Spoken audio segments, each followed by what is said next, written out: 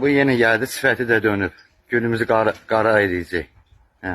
Ne oldu? Salih, neden istemiyorsun özünü? Sen dirəm. Neden istemiyorsun? Elə belə, nə tərsən? Salih, o günler neterim yok. O günler ma dedim sen adını verin marketten. Ruslan Çin marketinden aynı götürün. Dedim. Dedim ha. Ben ne dedim mesela? Dedin get götür. Dedim git götür ama fatura ver. Ben sana adığı götürmüşəm. Mən də ki Ha, verməliyim. bilmiyorum benim adıma götürecek. Ben niye parçamadım borcu verirsen ha? Qardaş, sana adığı götürmüşəm də. Mən niyə verməliyəm? Hayır, ben hesaptan çıkartma. Kişi ben evlendim. Benim adım verdin götürdü. Ha. Ma göre verdiler aynı. Verdi də. Ben yaparım borcu vermişsem. Mən öş verməliyəm, mənə çatmır. Sənə adığı yazdırmışam.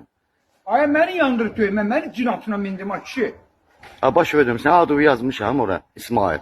Ha, benim adım yazdım sende. Ha, sən ver də. Salih yazsaydılar, mən apar verərdim. Hele mi Salih? Ha, bədədir. Salih, sende günah yok. Niyə? Salih, günah benden.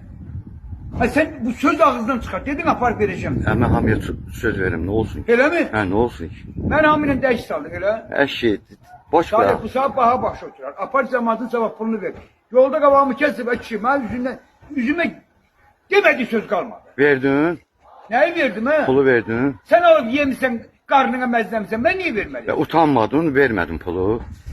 Salih, ya sen delisin ya ben deliyim. Hə, dəli deyiləm, mən sənə adı yazdım da. Sən əli utanmırsan, gəl mənim üstümə qışqırsan. Elə mi? Verərdin də. Salih, onu vereceğim. Ama onun harfini senden 3 kat çıkacağım. Yaxşı, baxarıq.